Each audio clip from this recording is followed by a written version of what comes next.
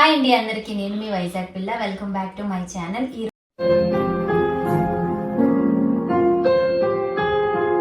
రోజు నేను ఈ వీడియోలో ఏం చెప్పాలనుకుంటున్నానంటే, ఆల్రెడీ లాస్ట్ వీక్లో మనం చెప్పాము. అంటే భవనిమాల ఎలా వేసుకోవాలి, ఏం తీసుకోవాలి అన్నీ క్లియర్గా చెప్పాను. కానీ ఇంకా చాలామంది అడుగుతున్నారు, అక్క హెయిర్ కోమ్ చేసుకోవచ్చా, స్నానానికి సబ్బు వాడచ్చా అని చెప్పి చిన్న చిన్న డౌట్స్. అద్దం చూసుకోవచ్చా, జడ వేసుకోవచ్చా అని చెప్పేసి. అమ్మవారి పూజలో మనము ఎవరైతే తలనీలాలు ఇస్తానని మొక్కుకుంటారో వాళ్ళు మాత్రం వాడరండి దువ్వెన. అదే దువ్వెన పెట్టారనమాట తలలో. మిగతా వాళ్ళు మాత్రం దువ్వెన పెట్టుకోవచ్చు. కాకపోతే మీరు వాడినవి మాత్రం ఎట్టి పరిస్థితుల్లో కూడా ఏది వాడకండి. అన్నీ కొత్తగా తీసుకోండి. రెడ్ కోమ్ తీసుకోండి, రెడ్ రబ్బర్ బ్యాండ్ తీసుకోండి. మీరు మామూలుగా ఎప్పుడులాగే జడ వేసుకోండి, పువ్వులు పెట్టుకోండి, అలంకరించుకొని ఒంటి నిండా పసుపు రాసుకొని స్నానం అయితే చేసుకోండి. మీకు లాస్ట్ వీక్లో చెప్పాను నేను ఆల్రెడీ. సబ్బు పెట్టకూడదు, నలుగు పిండి పెట్టుకొని స్నానం చేసుకోవచ్చు అని చెప్పాను. నలుగు పిండి ఎక్కువ మ్యాక్సిమం నలుగు పిండి పెట్టుకొని స్నానం చేసుకోండి, పర్వాలేదు. మన ఒంటి నుంచి ఎటువంటి దుర్వాసన రాకూడదు అన్నట్టు. స్వెట్టింగ్ స్మెల్ వస్తుంది కదా, అది రాకుండా అమ్మవారికి అయితే పూజ చేసుకోండి. 2 పూటల తలస్నానం చేయాలి, వాష్రూమ్కి వెళ్ళిన తలస్నానం చేయాలి. అండ్ మంచిగా నియమ నిష్టలతో హ్యాపీగా అమ్మవారి మీద మీరు ఇంకా ఆవిడ మీద భారం వదిలేసి పూజ అయితే చేసుకోండి. ఇంకొక విషయం ఏంటంటే, ఒక సిస్టర్ నిన్నే కామెంట్ చేశారనమాట, అక్క ట్యాబ్లెట్స్ వేసుకోవచ్చు అని చెప్పి. ట్యాబ్లెట్స్ షుగర్ బీపీ ఉన్న వాళ్ళు ఎవరైనా వేసుకోండి అమ్మ. రెగ్యులర్ ట్యాబ్లెట్స్ ఏవైతే ఉంటాయో హెల్త్ దీన్ని బట్టి అవి వాడుకోండి. అవి మాత్రం ఆపకండి ఎట్టి పరిస్థితుల్లో. పీరియడ్స్ ఆగాలి, మాల వేసుకోవాలి అనుకున్న వాళ్ళు ఎట్టి పరిస్థితుల్లో కూడా ట్యాబ్లెట్స్ వేయకండి. బికాస్ మన బాడీలో నుంచి ఒకటి బయటకు వస్తుంది అంటే దాన్ని మీరు ఆపి పూజ చేస్తున్నారు అంటే దానికి యూజ్లెస్ అనమాట. మనం పూజ చేసి అంటే బలవంతంగా మన బాడీని మనం హింస పెడుతూ పూజ చేస్తున్నాం. హింస పెట్టి ఎప్పుడు కూడా పూజ చేయకండి. అంటే ఆ ట్యాబ్లెట్స్ వేయడం వల్ల హార్మోన్స్ ఇంబ్యాలెన్స్ అయ్యి చాలా ప్రాబ్లమ్స్ వస్తాయి. వెయిట్ గెయిన్ అయిపోవడం కానీ, థైరాయిడ్ వచ్చేయడం కానీ, ఇంకా చాలా అనమాట. ఆ ఒక్క ట్యాబ్లెట్ చాలు మన బాడీలో చాలా చేంజెస్ చూపించేస్తుంది. ఇంత పూజ చేశానమ్మా, నాకెందుకు ఇది ప్రాబ్లం వచ్చిందని మళ్ళీ అమ్మనే అంటాం మనం. ఒకటి ఆలోచించండి, మళ్ళీ అమ్మనే అంటాం. ఎట్టి పరిస్థితుల్లో కూడా పీరియడ్స్ ఆగడానికి ట్యాబ్లెట్స్ వేసి మాత్రం పూజలు ఎవ్వరూ చేయకండి. నార్మల్గా షుగర్, బీపీ, ఇంకా అనదర్ ప్రాబ్లమ్స్ ఏవైతే ఉన్నాయో వాళ్ళు మాత్రం ట్యాబ్లెట్స్ వేసుకోండి, ప్రాబ్లం ఏమీ లేదు. అండ్ ఈ పూజలో అంటే మాల ఎప్పుడైతే వేస్తామో ఆ క్షణం నుంచి మీరు 3 రోజులు వేయండి, 5 రోజులు వేయండి, 9 రోజులు వేయండి. ఆ 9 రోజులు ఫినిష్ అయినంత వరకు మనలో ఒక పాజిటివ్ వైబ్స్ ఎలా ఉంటుందంటే, ఇంట్లో కూడా ఒక పాజిటివ్ వైబ్స్ అనమాట. మనం బయటకు వెళ్ళినా వితౌట్ స్లిప్పర్స్తో నడిచినా అసలు ఏమనిపిస్తుంది అంటే, ఏమో అసలు చాలా తేలిగ్గా బాడీ అసలు ఏం అవ్వలేదు అంటే 4 గంటలకు లేచిపోయి పూజ చేసుకున్నా సరే ఏముందిలే అంటే అసలు నార్మల్ టైంలో 4 o'clock ఎవ్రీడే లెగలేమన్నమాట. మనం మాల వేసుకున్న అన్ని రోజులు లెగడం, ఆ పంచువాలిటీ, ఆ పూజ, టైమింగ్ విధానం అన్నీ అన్నమాట మన బాడీలో ఒక మంచి అంటే మంచి 100కి 100 ఇవ్వచ్చు. అంత మంచి పాజిటివ్ వైబ్ మనలో క్రియేట్ అవుతుంది అనమాట. అందుకే ఎవరైతే మాల వేసుకోవాలనుకుంటున్నారో డేట్స్ మాత్రం చూసుకొని వేసుకోండి. అండ్ అనుకోకుండా అయిపోతే ఏం చేయలేం, మాల బట్టలు తీసుకెళ్ళి గంగలో కలిపేసి గాజులు, మాల అన్ని గంగలో కలిపేయండి. అంటే డేట్ చాలామంది లాస్ట్ ఇయర్ కూడా నాకు మెసేజ్ చేశారు, అక్క నేను మాల్లో ఉన్నాను, డేట్ వచ్చింది ఏం చేయాలని చెప్పేసి. వెంటనే మీరు ఏం చేయక్కర్లేదు, అన్నీ తీసుకెళ్ళి గంగలో కలిపేయండి. తలస్నానం చేసేసుకోండి. మంచిగా ఆ పీఠం ఏదైతే పెడతామో అది మీ భర్త చేత అతని తలస్నానం చేయించి తీయించేసేయండి. ఎవరైతే ఉంటారో ఇంట్లో ఎవరున్నా సరే వాళ్ళు మిమ్మల్ని ముట్టుకోకుండా ముందే వెళ్ళి అతను తలస్నానం చేసి ఆ పీఠం తీసి అమ్మవారిని యథాస్థానంలో పెట్టేసుకోవచ్చు అనమాట. ఇది మాలలో డేట్స్ వచ్చే వాళ్ళకి అండ్ వాడుకోవచ్చా, దువ్వెన అద్దం చూసుకోవచ్చా అన్న వాళ్ళకి నేను ఇవైతే చెప్తున్నాను. చాలామంది నాకు అడిగారు లాస్ట్ ఇయర్ కూడా, స్టైల్ జడలు వేసుకుంటారు అది ఇదని. స్టైల్ జడలు ఏమీ లేదండి, అల్లుకొని జడ వేసుకున్నంత మాత్రాన స్టైల్ జడలు అయిపోవు. మనం ఎప్పుడు నీట్గా అందంగా రెడీ అయ్యే పూజలు అయితే నేనైతే చేసుకుంటాను. ఎవరిష్టం వాళ్ళది, ఎవరికి అనుకూలత వాళ్ళది, ఎవరికి నచ్చినట్టు వాళ్ళు ఉంటారు. మనం ఎంత శుభ్రంగా ఉంటేనే అమ్మ మనల్ని అంత శుభ్రంగా ఇంకా ఉంచుతుంది అనమాట.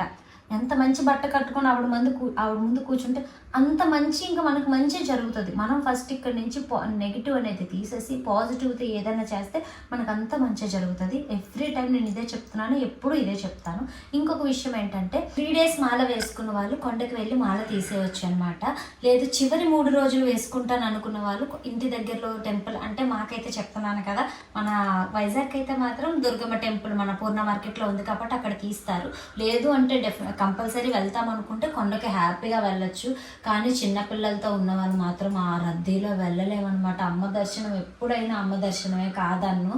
కానీ 9 రోజుల్లో ఒక రోజు వెళ్ళి దండం పెట్టుకొని అమ్మకు వచ్చేసి మర్నాడు కావాలంటే అంటే మనం ఇక్కడ ఎక్కడైనా గుళ్ళ దగ్గర తీస్తున్నారని తెలిస్తే మాత్రం మీకు దగ్గరలో వెళ్ళి తీసుకోండి. అంటే కొండకి వెళ్తేనే మాల తీయాలనే రూల్ అయితే ఉండదు నాకు తెలిసినంతవరకు. ఎందుకంటే మా పూర్ణ మార్కెట్లు ఇక్కడ తీస్తారు కాబట్టి చెప్తున్నాను. లాస్ట్ ఇయర్ నేను వెళ్ళి అక్కడే తీసాను. ఈ ఇయర్ అయితే మాత్రం ఇక్కడ అనుకుంటున్నాను అనమాట. ఇక్కడ చాలా మంది అడుగుతున్నారు, అక్క ఈ సంవత్సరం మాల వేస్తావా అని చెప్పేసి. మరి ఇంత చెప్తుందని, ఇంత అమ్మకి ఇంత చేస్తుందని మాల వేయినా చెప్పండి, కంపల్సరీ మాల వేస్తానమాట. ఈసారి 9 days అనుకుంటున్నాను. ఆ తల్లి దయ నా ప్రాప్తి. అండ్ ఈసారి పిల్లలు, నేను, మా వారు నలుగురం వేద్దాం అనుకుంటున్నాం అనమాట మాల. ఆ తల్లి ఆ దయ అని ఎలా చూపిస్తుందో తెలియదు, ఎలా నడిపిస్తుందో తెలియదు. పిల్లలు కూడా ఫస్ట్ టైం అనమాట వేయడం. నాకైతే ఏ భయం లేదు, ఎలా అయినా అవుతుంది. చేయాలనుకునే సంకల్పం మనలో ఉండాలే తప్పించి ఏదైనా సాధిస్తాం, ఏదైనా చేయగలం అనమాట. ఎందుకంటే పిల్లలు కూడా చాలా ఆతృతగా ఉన్నారు, ఎప్పుడెప్పుడు దసరా వస్తుంది, ఎప్పుడెప్పుడు మాలేస్తావా అని చెప్పి. మా పాప అయితే ఇంక చెప్పక్కర్లేదు, సాయి నువ్వు ఇలా ఉండాలి అని వాళ్ళ అన్నయ్యని, సాయి ఇలా చేయాలి, అలా చేయాలి అని, అది చేయాలి, ఇది చేయాలని ఇప్పటి నుంచే ఫుల్ ప్రిపేర్డ్గా ఉందన్నమాట. నాకు కూడా చాలా హ్యాపీ. ఎందుకంటే పిల్లల్లో కూడా మాల అంటే చాలా భవానీలు చూస్తాం, బుజ్జి భవానీలు, చిన్న భవానీలు చూస్తూ ఉంటాం. అసలు దసరా వచ్చిందంటే ఆ 9 రోజులు మన చుట్టూ ఒక మంచి వైపు అనమాట. నిజంగా పందిరిలోని అమ్మవారిని పెడతారు, ఆ పాటలు కంటిన్యూస్గా అలా వినబడుతుంటే మాకు దగ్గరలో కూడా పందిరి వేస్తారనమాట. అమ్మవారిని పెడతారు ప్రతి సంవత్సరం, ఈ సంవత్సరం కూడా పెడతారు అనుకుంటా. ఆ మ్యూజిక్ అనమాట అలా వస్తూ ఉంటే ఒక పాజిటివ్ వైపు, అంటే ప్రతిరోజు పండగలాగే అనిపిస్తుంది అనమాట. కానీ వెయ్యాలి అనుకున్న వాళ్ళు దసరా అనేది బెస్ట్. వెయ్యాలి అనుకున్న వాళ్ళకి మంచి అవకాశం అనమాట, హ్యాపీగా వేసేసేయండి. లేదు అనుకుంటే తర్వాత రాబోయే చండీకి వేస్తారు కదా, ఆ టైంలో మీరు వేసుకోండి. ఆ టైంలో మీకు 3 రోజులు 3 రోజులు 11 రోజులు 5 రోజులు అలా వేసుకున్న వాళ్ళు వేసుకోండి. ఇప్పుడు అవ్వలేని వాళ్ళు ట్యాబ్లెట్స్ వేసి వేసేస్తాం అన్న వాళ్ళకి చెప్తున్నాను, అలా వేసుకోండి.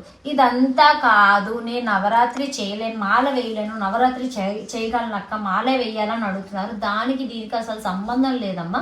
మాల అనేది వేసుకున్న వాళ్ళు వేసుకుంటారు. ఆ తల్లిని అంటే ఆ తల్లికి అనుకుంటాం కదా, అమ్మ ఈ సంవత్సరం మాల వేసుకొని ఆ 9 రోజులు నీ భక్తిలోని నీ ఆధారంలో నీ అడుగుల్లోనే అడుగు వేసుకొని నడుచుకుంటాము అని చెప్పేసి అనుకున్న వాళ్ళు వేసుకుంటారు. లేదు అనుకుంటే మాలతో సంబంధం లేదు. ఈ 9 రోజులు హ్యాపీగా మీరు మంచిగా ఇంట్లో పీఠం పెట్టుకోండి, నైవేద్యాలు ఏ రోజు నైవేద్యం ఆ రోజు పెట్టుకోండి, అమ్మవారికి మంచిగా పూజ అయితే చేసుకోండి. హ్యాపీగా అనమాట. ఎంత హ్యాపీగా అంటే అంత హ్యాపీగా. ఉదయం డ్యూటీకి వెళ్ళిపోయిన వాళ్ళు మామూలుగా దీపారాధన చేసుకొని పండో ఫలమో పెట్టేసి వెళ్ళిపోండి.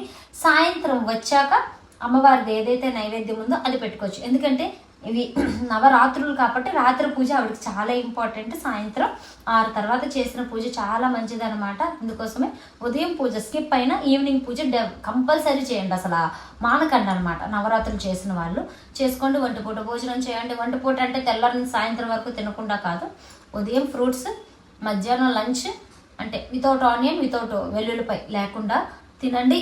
కాయగూరలు తినండి, నాన్ వెజ్ అసలు తినకండి. పడుకున్న వాళ్ళు కట్టిన నెల మీద పడుకోవచ్చు, మీ ఓపిక.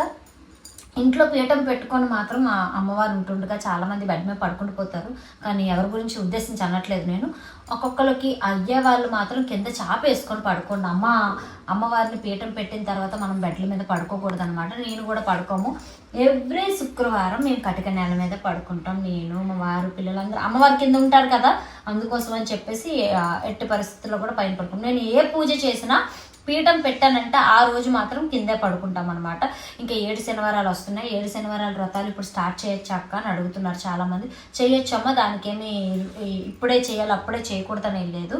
కానీ శరన్నవరాత్రుల్లో అతని బ్రహ్మోత్సవాలు అవుతాయి కదా, బ్రహ్మోత్సవాల టైంలో మాత్రము స్టార్ట్ చేసుకుంటే చాలా మంచిదంట. నేను విన్నాను. ఆ డేట్స్ కూడా వస్తాయంట మనకి, డైరెక్ట్ తిరుపతి నుంచి పంపిస్తారంట డేట్స్, ఏ టైంలో స్టార్ట్ చేస్తే మంచిదని చెప్పేసి.